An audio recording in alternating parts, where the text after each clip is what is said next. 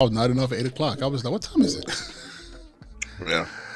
Well, we're on live. Good evening, everyone. This is Uche Joku. Welcome to the Ivy League Hood Rats podcast. And I'm here with my brother. Oh, it's your boy AT Archie Tyson in the house. Good evening, everybody. Good morning if you're somewhere else. Exactly. And you know what's funny right now?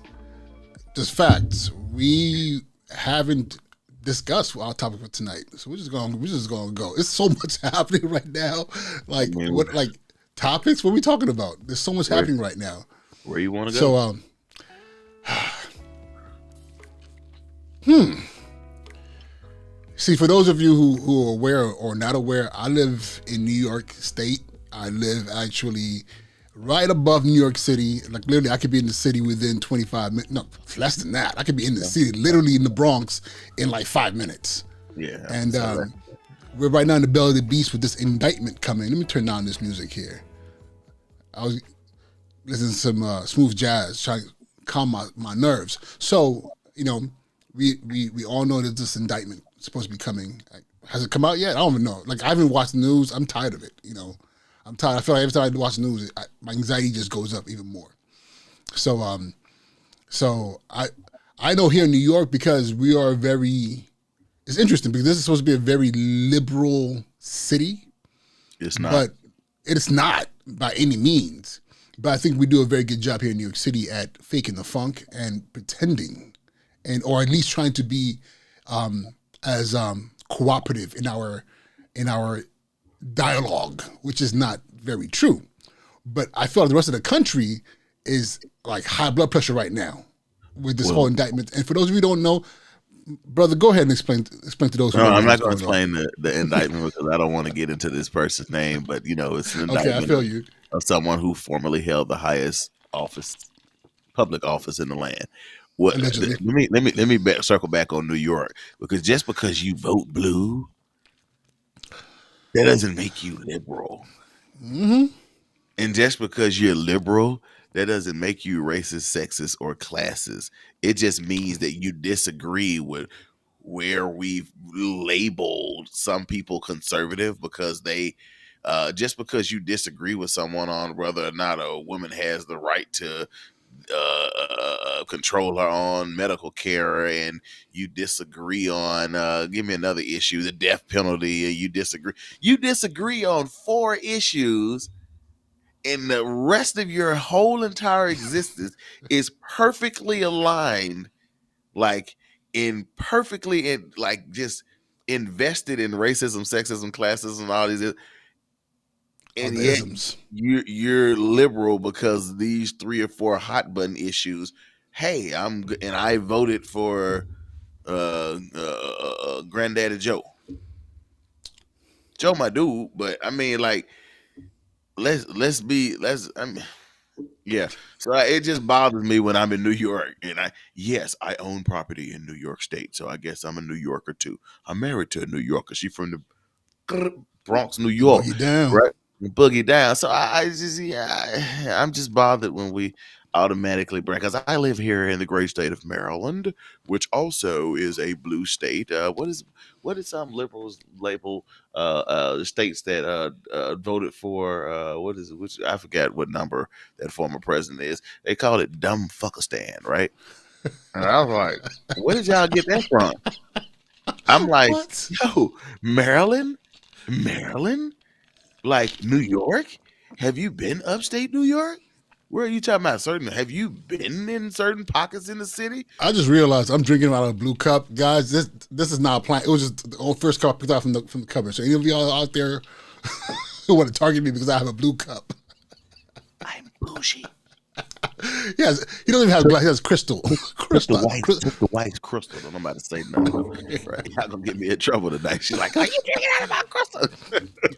But Oh no, my I just goodness. had to circle back on that. But no, I think the indictment you're talking about is the former president, and whether or not he's going to be indicted for bribing and paying hush money to a former porn star for which he was engaging in sexual intercourse with and wanted to hush her up, which she hadn't necessarily been hushed up. Um, I mean, I have my personal feelings, and then I know like the law, and personally, that's what you out of all the stuff that's been said and done. Now in Georgia, I think they have an interesting case with him telling an But that's still, official. but that's what I don't understand though, because my thing is this. Okay, that is even within the legalities of what happened. Like, I'm not an attorney. I don't profess to be one. Nothing like that. But there are things in that particular case. But I'm thinking who cares? Like you said, in Georgia, there was actually He like literally documented record, said, like he said, yeah, he said it like, publicly. Find me some votes. Find me exactly this number of votes. yeah. So okay, so that's one thing. But I'm just like, I get the morality of certain things, and I get certain things are wrong. It's kind of like I talk to some, I talk to parents. For all you people that want to know how to talk to people, I talk to parents. I talk to kids in places when I want to get a pulse or something. So in Memphis, they fired the former superintendent because he was sleeping with subordinates, right? Which, every day of the week, wrong, is going to end bad every day of the week, right? It's going to end bad. And when you talk to certain parents and students, they'll say, I don't care who he was sleeping with. Our kids were making progress. The first time I saw my kid excited to go to school, and their school was making progress. He was putting the right principals in the building, trying to get the right teachers in the building, trying to make academic progress in a place that desperately needs it, right? Parents were like, we don't care. We don't care. And so I think that's what some of, is it 45? Is it 45? 45? Yeah, 45. 45, 45. I think that's some of what 45's supporters are like. They don't care. He tried to bribe a porn star. It's like, ah, But my like, question is, do even his non-supporters care? That's they don't I understand because mean, right I mean, now, in reality, I care about you breaking the law and thinking that you're above the law, and have some substance. I think just like you paid hush money to a porn star. Oh wow, that's the straw that broke the camel's back. Come on, come up with something. You know what I'm saying? Like it's like give like I just don't know if if white middle American middle-aged males that wear plaid shirts that tuck their shirts into their jeans and go have a beer after work when they get off away from the plant. Nothing wrong with those folks at all, right? Good folks. I just don't know if they're gonna accept that, having lived in middle of America in places like I just don't know if that's going to be something they're going to say like, oh, lock him up for. That's like it's like it's almost like back in the day when the police used to catch you with like a bag of weed. Like they ain't taking you to jail it's against the law. They weren't taking you to jail at the end of shift change for like a nickel bag unless you just really you know, you already had a warrant or something crazy was going on. Why? Yeah, I know it's technically illegal, but who wants to go through all the trouble of hauling your butt to jail, doing paperwork? I gotta miss my son's game, but come home late, the wife mad, but all over $5 or $10 bag of weed, which you gonna get out and go do the same thing. Like no one care. Like, and that's the reason weed started becoming legal in so many places because, like, literally, you're bankrupting municipalities. So I just don't know if this and again I don't have all the details, but I'm just saying like I don't know if that's going to be the straw that breaks the camel's back. I think this Georgia potential investigation is far more serious, and this is just my opinion. But again, I'm not an expert on finance campaign. I don't really want to say I'm an expert on people, but I've lived in a few places, talked to a few people, and I just don't know if people are really gonna like get behind. I don't even know if women are gonna like get behind that. Like, I don't know. We'll yeah, see. We'll see. But I I, do know that if there is, to me, just my feeling is that there is a potential for violence to occur if 45 is arrested, because you have the crazies out there that's just looking for an excuse and a reason to act out. And it doesn't take much for people to act out. I'll stop there. Honestly, I just feel like this is a huge distraction. You know, and the amount of energy being put up behind this because there's so much else going on. Because I'm like, I mean, is Palestine? What was that? Ohio, is that cleaned up yet? The other day, they told people in Philadelphia to stop drinking tap water or don't even use it. You know, then not Well, only that was a that, separate spill. yeah. That was a Say again? separate spill. That was a Yeah, separate but spill. but look at this. But Look at they're, all these they're things happening. But they're shipping tainted water to Baltimore to okay, treat. I didn't hear about that. Oh, they're shipping all this tainted water to different places to treat and re-release that. Like, so in Baltimore is because the EPA is directing to ship all this water to So the water different coming from treatment where? facilities, Where the water from where? like From Phil? in and around East Palestine. Oh, All so they ship. contaminated So water, like, wait a minute, they're shipping that water all the way from Ohio to different places as far as to different Maryland. places to treat it, which is crazy.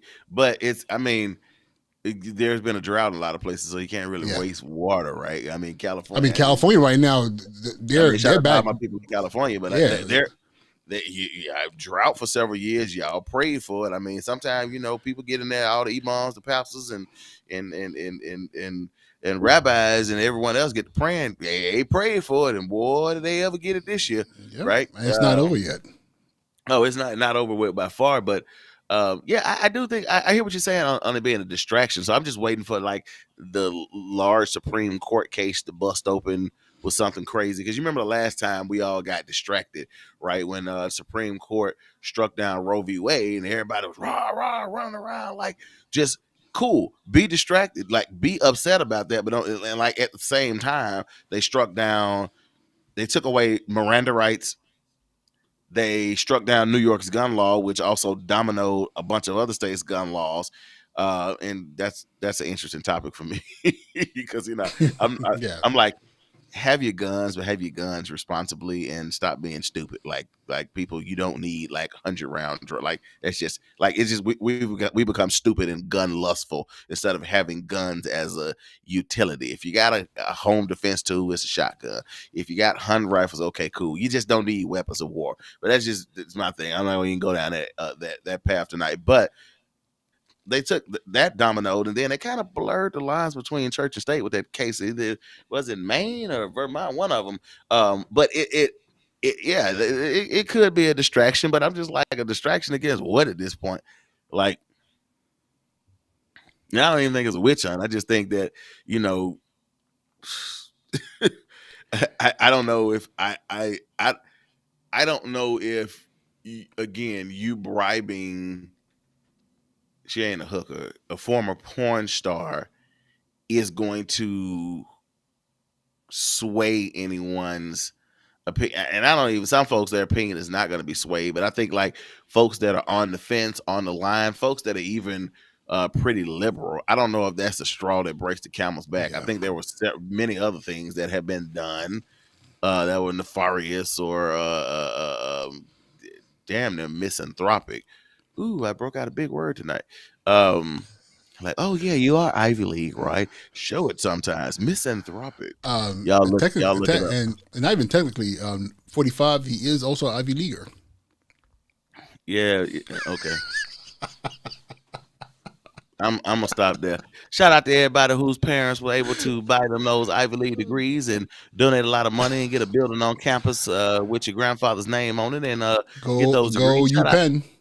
Shout out to everybody that's able to do that. Unfortunately, my grandparents were busy chopping cotton in the Mississippi field, trying to figure it out. But hey, I'm here Yeah. representing for them. Before we move on, let me just send a shout out to Brother Solomon. We appreciate you being Yes. here It's even I see brother Miguel checking in from East Texas. Okay. I was just down. I don't know. I don't think Austin is East Texas, but I was just in Austin. Got to go back to Houston pretty soon. So appreciate y'all being here tonight. Um, No doubt. And you got that. If you feel if you 99% sure, that's a home run. Anytime I feel 99% sure about anything, I got that. So congratulations, bro. And uh, let us hold on. know when it's confirmed. Brother Miguel says, "Do we like banana nut bread?" So I probably hadn't said on this show. I think it's yeah, banana nut bread. Yeah. All I want to do, yeah. So me personally, I rather love banana nut bread. That's a strange question, but yeah, I rather love it. Why? Because I make it. Folks that probably don't know, and I probably hadn't said. Uh, Larry knows. Yeah, I have. I'm pretty good. God dang baker, right? I bake. When I get frustrated, I go hit the weight room and I bake vanilla cream cheese pound cakes. I'm talking. I'll make banana puddings from scratch, other cakes from scratch, and yeah, banana nut bread. I actually made some a couple weeks ago. I like to put pineapple in mine. Shout out to all my folks in Hawaii that showed me that one. But absolutely. But baking is kind of my I don't like to eat it all because I don't want to be 500 pounds at this point, trying to go down. But like, yeah, yes, love banana nut bread. Jumping back to our other topic, we'll see if this is going to actually go through. And no one cares enough to actually do a large protest in New York for 45. I think that's something failed, so he'll have to go somewhere else to get that kind of attention. But it might be a Yeah, distraction. What is it distracting us against, man? yeah. That's. I mean, this is so much, but I we would be remiss if we didn't send our condolences to those in Nashville in the shooting that happened at the school. And I have to say, like this, it's sad. I mean, we've touched on this topic about just the deaths and the gun violence in schools and around schools, and also to the principal. The principal of that school lost their life, and both of us as Yeah, former principals, you know, it's a tough thing, and it's funny. Right before we went live, you said something that is something that has been on my mind consistently. Having two children, my daughter's going to be going to kindergarten. My son is 3, and he's at that age for that 3K, and it's like on two fronts. The worries that we have as parents sending our kids to school, but then it's also interesting because as like we both know many principals out there who are boots on the ground, and the added stress of that job, and also have to not worry about whether or not your school, your location might become victim to something like this. And it's crazy because again, I'm still stuck on and how schools have become this space, and it's a scary thing. But definitely my condolences to those families. I mean, for me that would be that is a nightmare, to get that call, you know, and even also to be a nightmare to be a school leader in a building when you have an active shooter, And I know most people that I've worked with, a lot of my colleagues, their first instinct would be to jump in front to protect their children, And it shouldn't be like this, But definitely, heavy hearts on heavy hearted on that. It's a scary space. so I'm equally there with you in terms of just condolences, and quite frankly, I'm just tired of saying this or writing messages to work or visiting communities. I mean, it just grows tiresome, and knowing that you have people in power that are elected that um, are going to do absolutely nothing. And this, I'm gonna call a spade a spade. This happened at a white Christian school in a southern state, and they shout out like they're literally going to do nothing. it's disheartening, it's sickening to think that someone walks into elementary.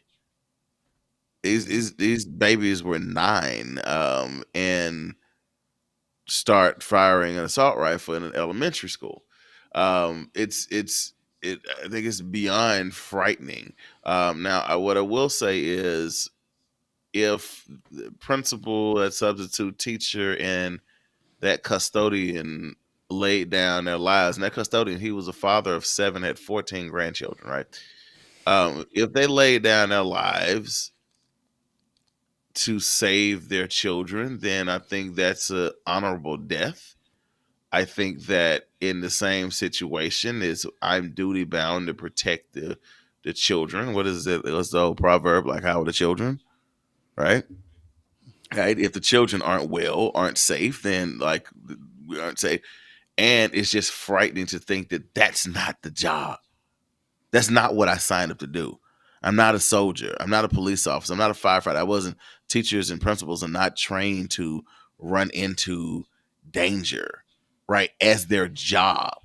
Like, so sometimes, like, we and I know somebody's gonna be like, "Oh my goodness, this is horrible to say," but like we go, "Oh, our firefighters and police officers are superheroes, and our soldiers are super."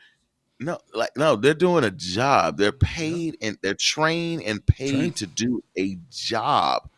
That's their job. So when we're saying, it's almost like when teachers won't, like, uh teacher appreciation week, and I need this, and I need massage once a month. I need that. No, you get a check. First of all, that's one set of appreciation. Everything else that people do above and beyond, that's above and beyond because they care and they love you. But like, let's be clear, you're in a career path or you're in a job and you get paid to do so. You're trading your time for a service, right?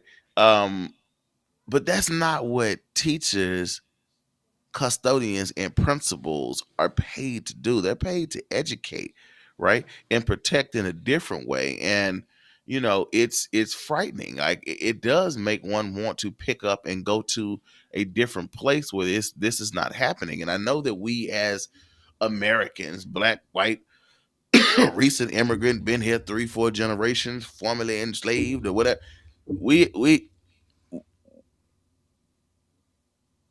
we tend to frown and look down upon other countries and other ways of life, and we say, "Oh, that's a third world country, and that's so this that."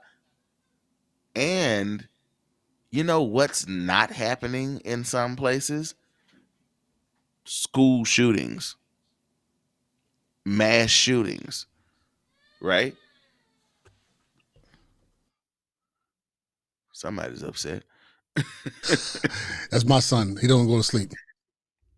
um, but it's it's it's frightening, to say the least. I mean, yeah, it makes me almost want to pick up and just try and go to a different place where at least I don't have to worry about that.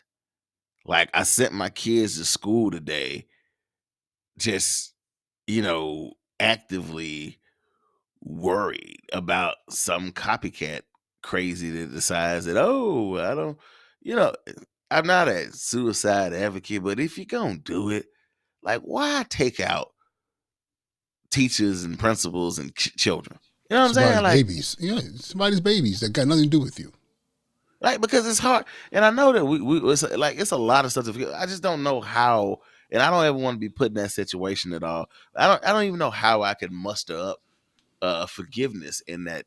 I don't know, and I guess I would have to be in that situation to figure out how, and I don't ever want to be in that situation.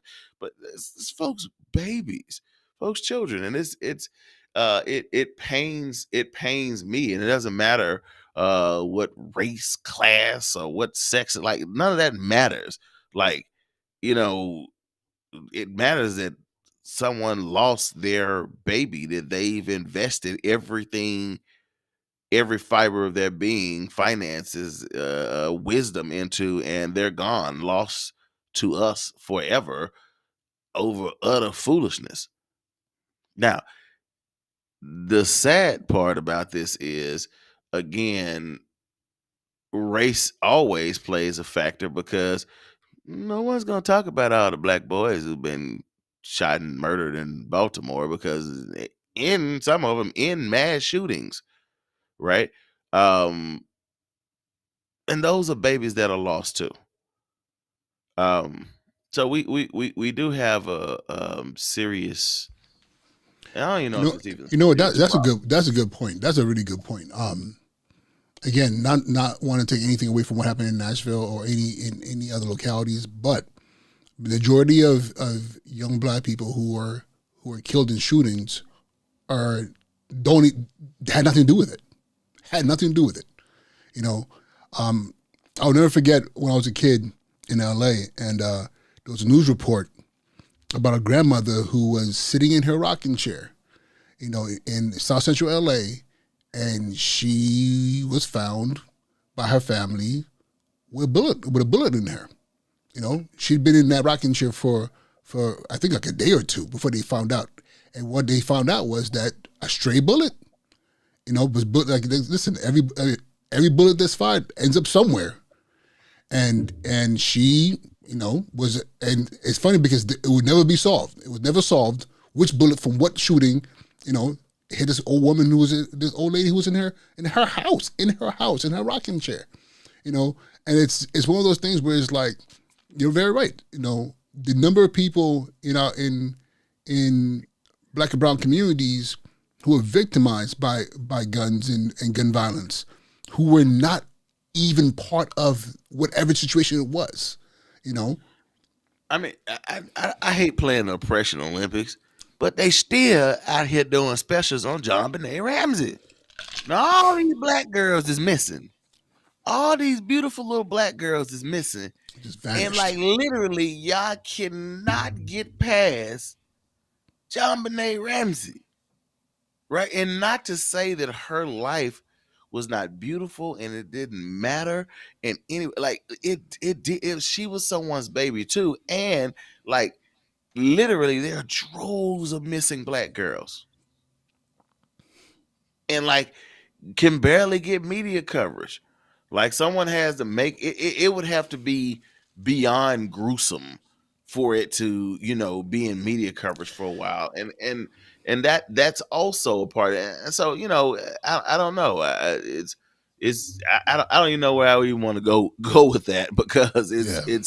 it's disheartening that that's even a thing. But I know that I'm just sick of specials about John Benet Ramsey. Why don't you call 1,000 or 2 or 3,000, other like missing children and the black children that are missing and like try and solve some of that? But it's just a matter of importance. We laugh about certain stuff in the black community, like, oh, if your wife go missing,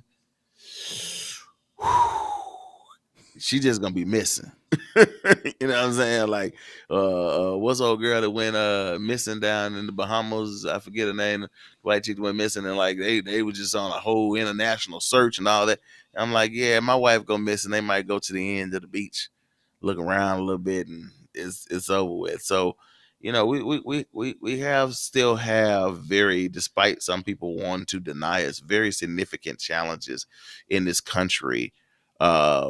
In regards to who matters, whose lives matter, how law enforcement and the legal system go to work to try and seek some form of justice. All of that plays into a factor. Now, getting back to Nashville, I'm from Memphis. I grew up in Tennessee. Tennessee don't really have gun laws anymore. You Anybody, were saying that. You were saying that. anybody can essentially buy anything. I think Tennessee, I don't know if Texas has moved to that. Texas is you don't need any license to conceal or carry anymore. But anybody can essentially buy what they want as long as it's not against federal law. Buy what you want, open carry or conceal carry, no license, no training. You don't have to know the law. Like so, how many more nutcases can go by 7, 8, 9, whatever's carry it? Like the governor signed the laws into effect, right? Now, again, I don't want to go down the path of like completely criticizing someone's political beliefs and invalidating someone's feelings or their beliefs. And it has to be some reconciliation with the notion of we obliterated all these laws. And this and again, the obliteration of the laws might not have changed this scenario at all. But we obliterated all these laws and just made easy access. And we expect everyone to act in a way that is best for everyone's public interest. It doesn't necessarily work that way, right? So we obliterate all the laws, and I can like, yeah, you're looking at me strange. If you go to Tennessee right now, Yeah, you I can mean, go my buy an AR-15 with a 100-round drum, no questions asked, but and for you what can throw it on a purpose? sling. You But, don't you but don't need a purpose. no. But what's the purpose of obliterating these laws? Like, is it like if everybody has guns, it's gonna be like it's gonna be like the Cold War. It's We just it nullify each is other. it's essentially backlash to um just in my opinion, it's backlash to uh, Democrats, okay, imposing extreme liberal beliefs on everyone, right? You shouldn't do this. We're gonna make you do this. No, you're not gonna make us do this. As a matter of fact, we're gonna do X, Y, and Z, right? So I think some of this is backlash laws, like, no, we're gonna do what we want to do, like, and we're gonna protect um white American culture, their version of white American culture. And that means that I can have my guns when I want my guns, however I want my guns, whenever I want my guns, and whatever type of guns. And who cares how many people die in the inner city? It ain't my people dying in the inner city anyway. Who cares how many kids get killed until it's my children? And just interestingly enough, the substitute teacher that was killed, I think, was the governor's wife's good friend, was supposed to go over for dinner that very night. That's a hard conversation to have.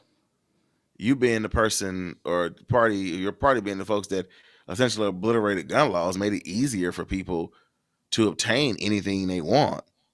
And we're just supposed to believe that all of these mentally ill, mentally challenged folks, like, are going to act in the best interest of the public at all times, given they can get what type of guns and ammunition they want.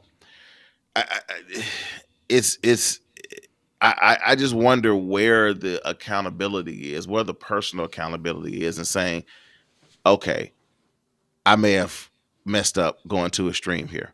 We may have messed up going too extreme here, right? We were rebelling against Washington and Democrats and other folks in the Northeast, other folks on the West Coast, saying we can't. This is our way of life is wrong, and we may have messed up. We may have went too far, but it's not. It's not going to happen. I can assure you that. But I just wonder in private conversations, you ever did something and you're like, yep, shouldn't have did that.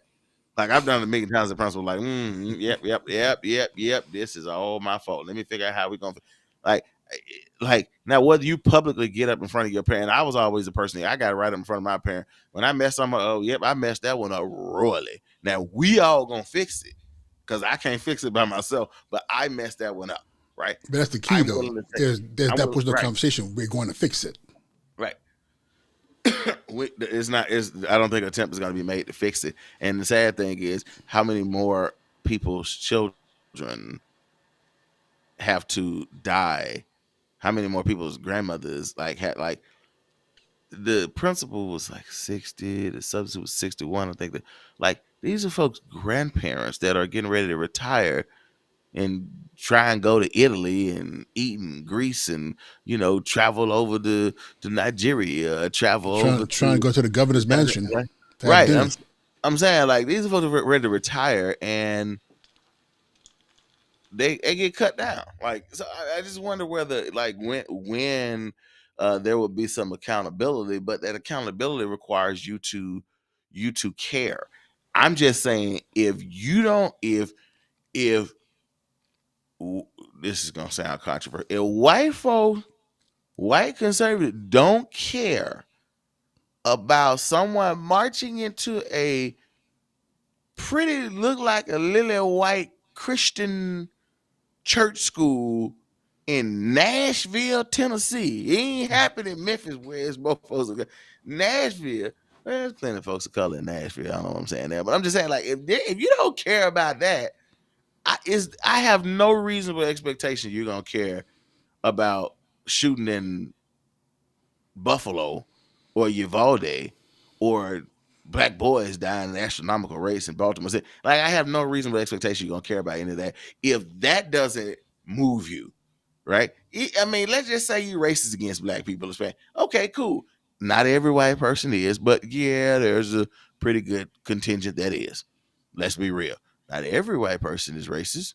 Well, I guess in a certain sense, a purist would say everyone's racist because we can't kind of get it out. But I mean, like, actively, just like, don't like black people, like, not passively. Like, if, let's just say you are, right? Oh, black shootings, whatever. It's just blacks. If this doesn't move you to say, we may have messed up. This is at a Christian white school downtown, right? Where's somebody that's gonna hit that reality button? That's all I'm thinking. Like even if you are racist, sexist, and classes, and you just, that person that truly believe, this was your own children, your own babies that were targeted and slaughtered by the tools that you were actively working to protect. Let me throw a wrench in this a little bit, because check this out. So there's this space in which I see society where and I would say collectively we've become numb to these things. It's shocking in the moment. In the moment, you're like, oh my God, the babies. Oh my God, the principal. The grandfather of 14 grandchildren. Then, almost like a goldfish, like an emotional goldfish, it's very little time before that emotion is kind of like levels off. This is the thing I thought was crazy. I don't know if you saw this. The evening, that same day, maybe even later on afternoon, but I know by evening time that same day, they were showing the footage of the shooter walking into the school, breaking the back glass door, walking in, and I'm thinking to myself, whoa. Something in my head was like, wait a minute, this is kind of too soon. I know you're gonna have all the information, but does all over the world, America need to see this right now? Do the parents the parents of those children, even those who survived, want to see this at that moment in time, versus just finding that space to just breathe?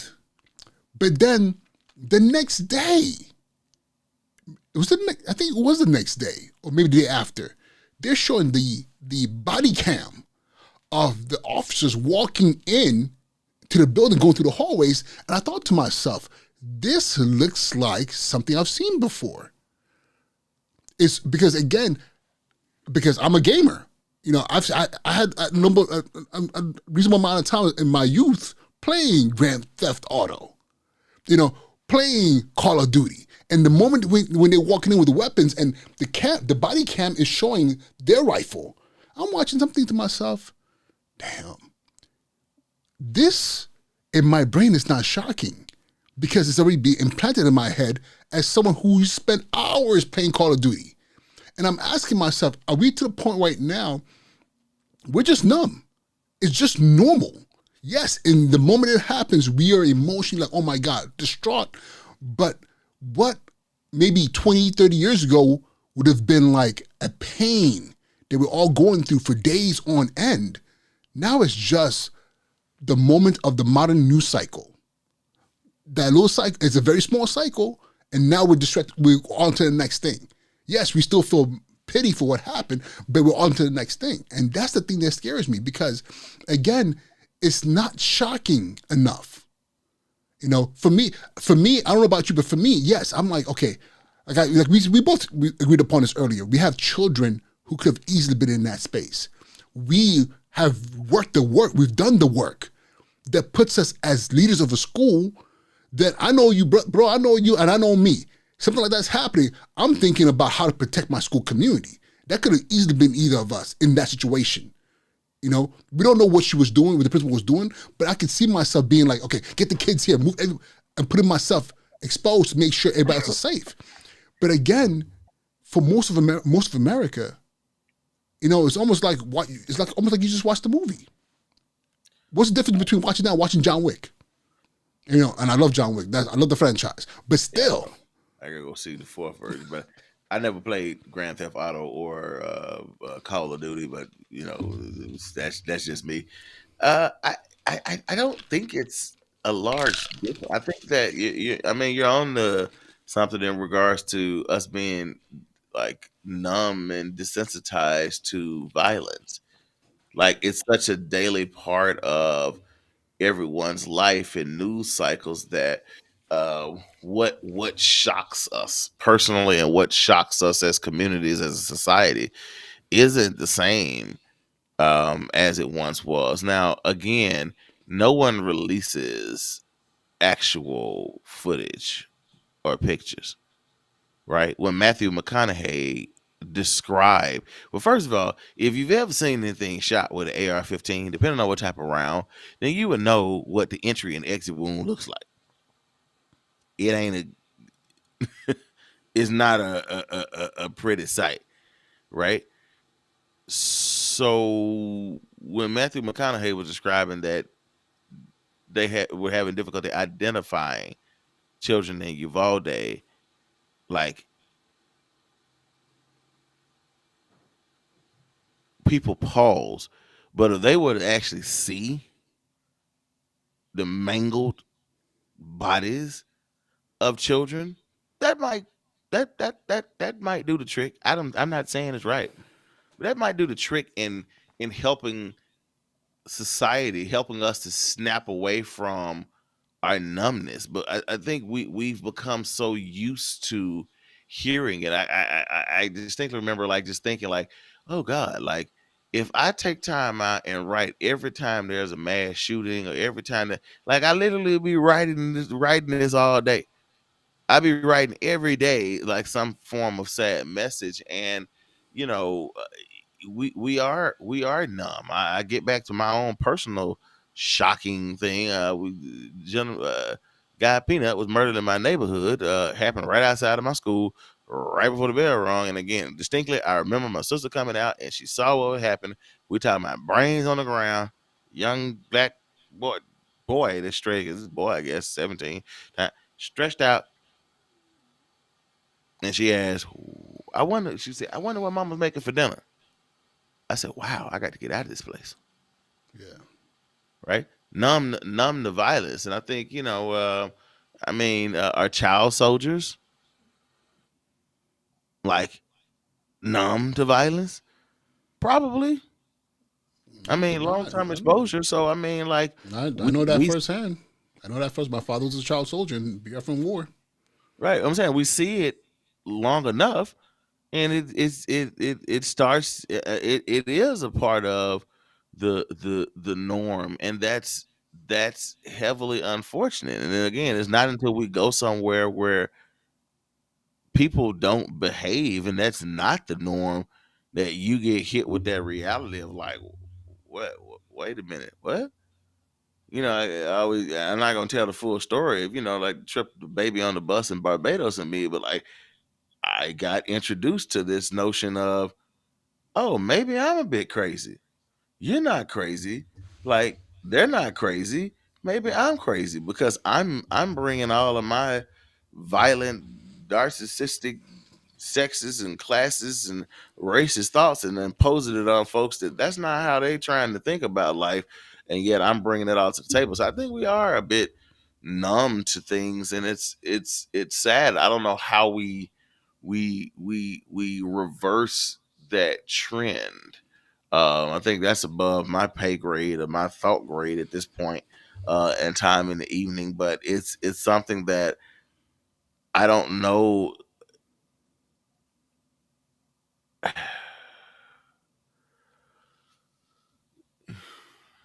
Can it's almost like asking can white America see like black people as like full whole humans that feel pain the same way, right? Because just generations have told medical professionals that black women don't feel pain in the same way that white women feel pain during childbirth. Therefore, right? Like literally it's ingrained in the way folks think. Can folks see us as non-criminal? Because it's been bombarded by the media and everything else for so long that literally it feels normal. Some white people have just told me this. It feels normal for you to see black male and automatically equate criminal or some form of criminality, right? So asking Americans at this point after I don't know when was Columbine 99, but it was shootings and stuff before that. We always been violent, but like it's the we go to the school shooting index that I mentioned a couple of podcasts back. It's picked up significantly over the last 25 years. And then over the last 10 years, it's been absolutely ridiculous. So asking us to go back to pre is almost like saying, hey, iPhones and smartphones are so normal now. If we had to go back to Nokia dope boy bricks. Like, can we like do you remember the big SIM cards that were like credit cards? You know what I'm saying? Like can we go backwards? Probably, but it feels normal right now to have smartphones, right? So I just don't know. I don't know the brain science behind that. We have to bring on somebody who's a guest and know the brain science. But I think you're correct that we're desensitized and this feels normal for us, and whether we can reverse that trend and go back, I don't know. But certainly, I haven't seen any evidence that supports that groups can white people as a whole just not brand black people with like criminality, and I haven't seen any evidence, not like in huge droves, like oh obviously the people that know me, oh that's Archie. Yeah, but if you saw me in a hoodie and I'm a little bit more unshaven somewhere else and you didn't know me, is that the same reaction you're gonna have? Nah, let's be real, right? How many Let's times be have real. you? How many times have you been told? And going back as early as you can remember. Wow, you're different. Or the times I was told, wait a minute, so your name, so oh, that's I knew something was different about you. You're not black. You're African Yeah. black. Oh, well, yeah. That's definitely 100% a thing, or through some form of education. You might like when people find. I always say like my children when I have my children with me, especially like the little one. That becomes a buffer because obviously I'm not gonna attack you. I just kind of took it personally when I was on that boat in Long Island. I think I told y'all about that when the lady, it's an older white lady that did the monkey grip on the purse, right? Uh, um, and I like have my 1 year old in one arm, and then I have my son. I'm like, are you serious? Like, where am I gonna go? I have my children and my wife. I have my. You think I'm gonna throw my 1 year old down to rob you for that No, cheap no, purse? yeah, maybe you train them, like the pickpockets back in the Yeah, I 1800s in pretty much London. train and pick. And I'm just like, yo, and let's just say if you're gonna be racist, just go all the way with it. And just say black people can't swim. I can't swim, but you don't know that. But just say black people can't swim. They're on a boat. All I gotta do is push them off. Like, I. But I'm just saying, like, I don't have any evidence that folks think differently because I'm treated very different. When people find out, oh, you're a VP or somewhere, oh, you were, oh, you went to Columbia, oh, like things become smooth, right? But if I'm somewhere and I'm dressed in my J's and a hoodie and I'm Wow. just going about my business, going to the store or just doing regular old stuff, oh, I'm just picking up some bassa fish that I'm gonna put in the oven tonight or some. So I am treated very, very differently until someone finds out, until I hand them a card and it says, "Oh, you have a pretty big title." Or until someone points, I mean, I don't, until I like someone points out, like, oh, hey, he used to be the principal officer.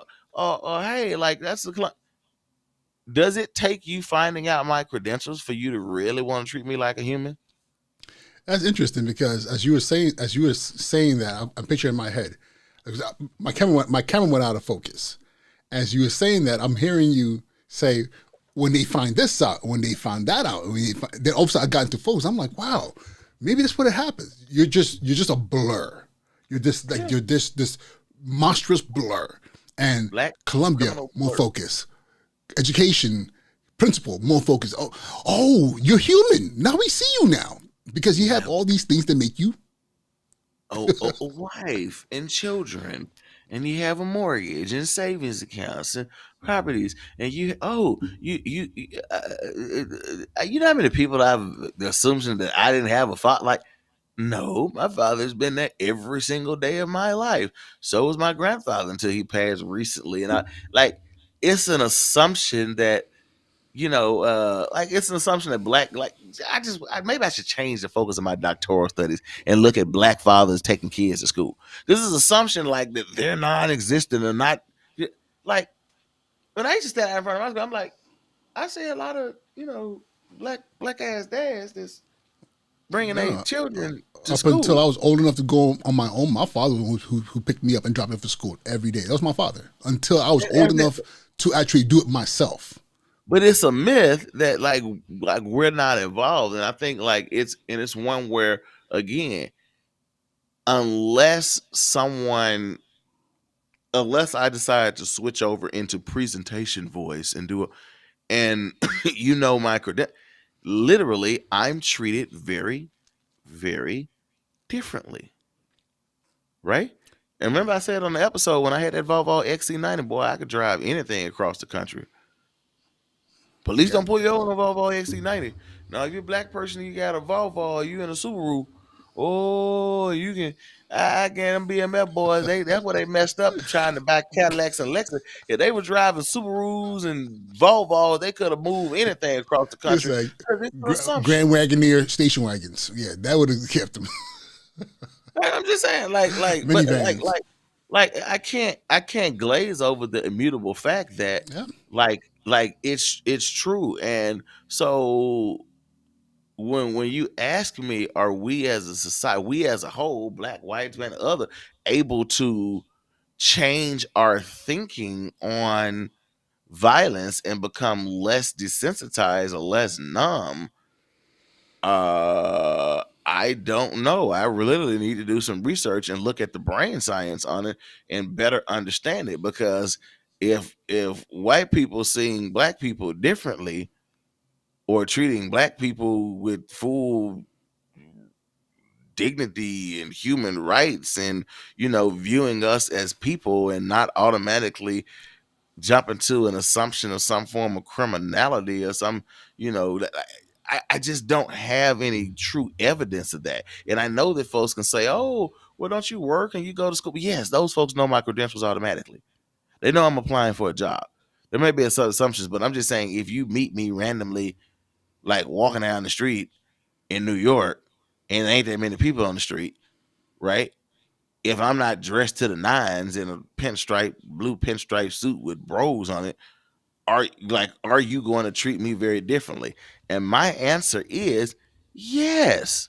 It's It's happened to me it's too yeah. many times. It's a. We've talked about this in the previous episodes. The mask that we have to wear because I can be like, for example, tomorrow I'm going to be going to a panel at Teachers College at Columbia, and it's funny because as you're speaking, I'm thinking to myself, by the time I get in my car here in Westchester County, and I'm driving, evening time, I'm always second mind aware of, like, I got to stay in the speed limit, cops, things could happen. And I get there. When I park my car, depending where I get parking, if I'm fortunate enough to be in front of the building at Teachers College, great. If not, it might be a couple of blocks. As I'm walking through. It doesn't matter if I have a suit on, if I have brogues, whatever I have on. I know that I'm still a black man walking through these spaces because at any given time, you know, someone might pose me to be a threat, regardless of race, who that person is. And by the time I get to that security desk, it's funny. I catch myself every time walking through that security desk, having to be ready to prove that I belong here with my IDs and everything else as I see other Oh people just yeah. walking by me. And by the time I walk into the panel, and then people who know me see me, then all of a sudden I get to be human again. But prior to that, I am something other than that, trying to just survive to make it from point A to point B. They have trained the guard dogs to assume that if you're not white or Asian at Teachers College, Columbia University, that you don't necessarily belong. Because I'm going to tell you, because like I'm not walking around there in suits and stuff, right? When I'm dressed like just this regular hood, like it is a massive or something. Like I'm talking about like the eyes of like, let me see if this ID. Let me stop looking at my phone and pay very close attention to what's gonna come up on the computer screen here, right? Is this ID stolen or something? Like, yeah, and I've said it out loud. I don't hold stuff back these days. So I just don't care. But I've said it out loud, and sometimes I get classmates. Oh, it's not that bad. I'm like, okay, yeah, get in Okay, my skin, get in my okay, skin, and walk that walk, right? And see,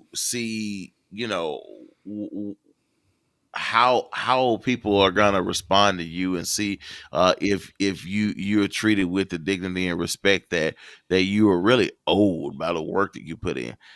I'm telling you, I just don't have any evidence that says that yeah, there is any change with all of the progress, all of the DEI efforts. I don't have any evidence, captured lived experience, qualitative data evidence from me or anyone I know that says that things have shifted. Now, got better. Yeah, if I do a quantitative analysis, if we look at Black America in pick a year, pick 68. King got killed in 68, or you can pick 63, and you look at 2023. We've went backwards statistically. exactly, exactly, exactly. The So family's been decimated. for us to think that, oh, we're going to be able to turn back the clock and think differently about the violence that we see and we're able to shake off, I don't know, right? I just don't know if if Roe v. Wade is still in. And let me be clear, I'm not uh I'm what is see, I hate to say you like pro life because people put you in a box. I'm for people having beautiful children, right? I'm for, because you don't know if that life is gonna solve some complicated problem that we're having. So I'm all for that, right? And I'm also all 100% for women having like domain and control over their bodies, right? So I don't want to tell you what to do. Again, if we're together and married, I'm going to be encouraging one to have said child, but I'm not going to force you to do anything, nor do I want to, nor should I, right? So, but the fact that it's still a debate,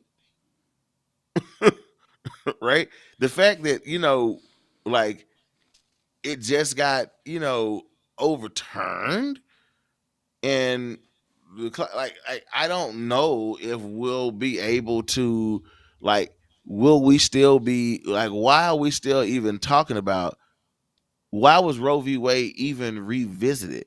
Why were so many people celebrating that, oh, this was overturned, right? So it just leads me to believe that 40 years from now, we're still gonna be feeling some type of way and numb and talking about school shootings.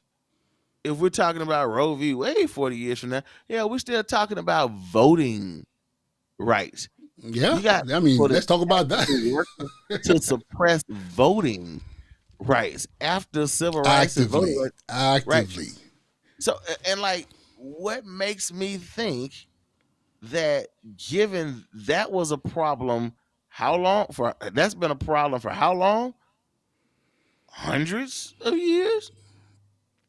At least It inception of the seems, country. it The seems, inception of the earliest colonies. That's how far back it it seems goes. pretty simple. Just let everybody vote. If they want to vote, they vote. If they don't want to vote, they don't want to vote. Prisoners too, right? Because they're still citizens. It seems pretty simple, but then when you have people that want to stay in power at all costs, it's not very simple. It seems pretty simple that, oh, yeah, keep your guns, keep your handguns, your shotguns, and your long guns. But yeah, you don't need weapons of war. You don't need all of that, right? And I'm a person, I enjoy shooting some of those weapons. And I'm the first to say, we don't really need that. You don't need that to hunt. What zombie apocalypse are you fighting? Like, stop watching HBO The Last of Us. Like, stop watching all this crazy stuff and thinking you need all these tools to defend your house. I've already said, like, AR-15 shoot. If it shoot through the wall and kill your kid, you're gonna be disappointed. You round the corner with that long gun. If you got it strapped around you, once I get a hold of your strap, I'm taking you wherever I want to take you, and you gonna go for that ride. If I get a hold of your barrel and yank you, you going for that ride. So really, in terms of modern home defense and practicality. And I'm not, Larry, you got the military background, but I'm just saying in those regards, it's not really a good home defense tool. A good old trusty dusty shotgun get the job done, Exactly. Exactly.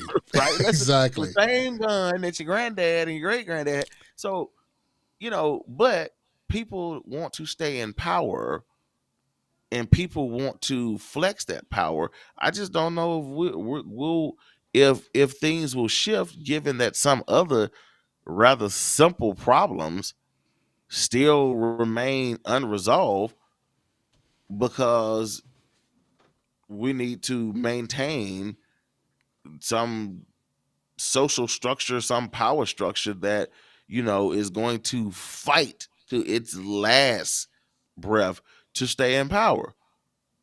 And if that means that babies upon babies upon babies have to die, apparently that's socially acceptable collateral to these folks.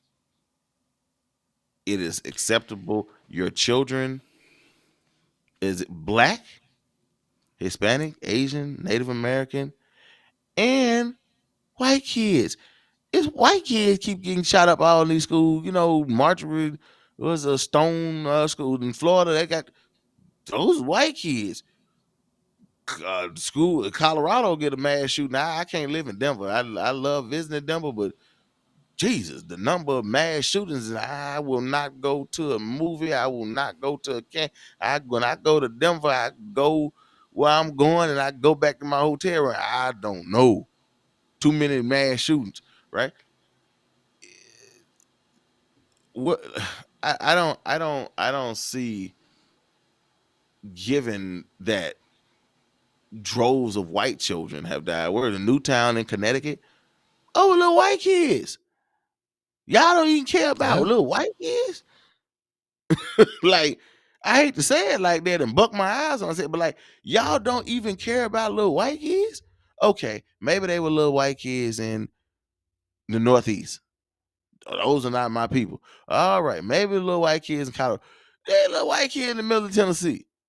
Y'all, if y'all don't care about little white kids, it's gonna be hard for someone to convince me. And I know we gotta go. What is it? Ooh, we over. It's gonna be hard for you to convince me that you're gonna care about everybody's children if you don't even care about your own children enough to want to get something done. Take that, drop it. I'm done for the evening, brother. Well, so it is that time. We're about 4 minutes over.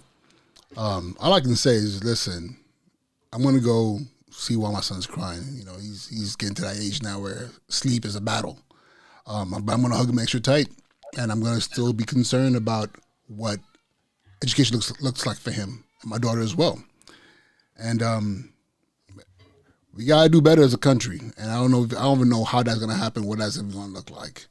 But I'm gonna say this: thank you for joining us this evening. Hopefully, it sparks some thinking in your head and some conversations in your household, in your communities, in your churches, in your localities, or wherever. But it's scary because I am in the same camp with my brother Archie here.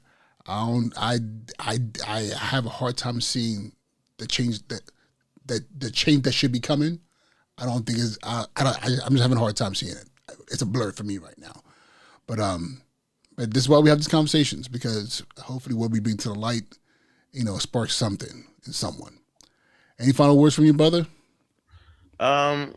Listen. I don't know if I told you lately, man. I love you, bro. I love you too, brother. I appreciate you, man. I appreciate your voice. I appreciate this space and all the other spaces that you have and provide. I appreciate the work, the guidance that you've given me over the years, and I just appreciate like all the guidance and work and things you've poured into so many kids and teachers in that space. This is me modeling, because sometimes we don't want to give people flowers while they're here, but I just want to make sure that like that anybody that's listening, love y'all too. Be safe, be well. Tell the folks that you love them, because you just don't know when you're not gonna see them again. Yeah. So everyone, be safe, be well. That's all I got for the evening. I love you all, and hopefully, God willing, the creek don't rise, as my dear old grandma say. God willing, the creek don't rise. We'll see y'all next week. Yes, yes, yes. Have a good night, everybody. Be well.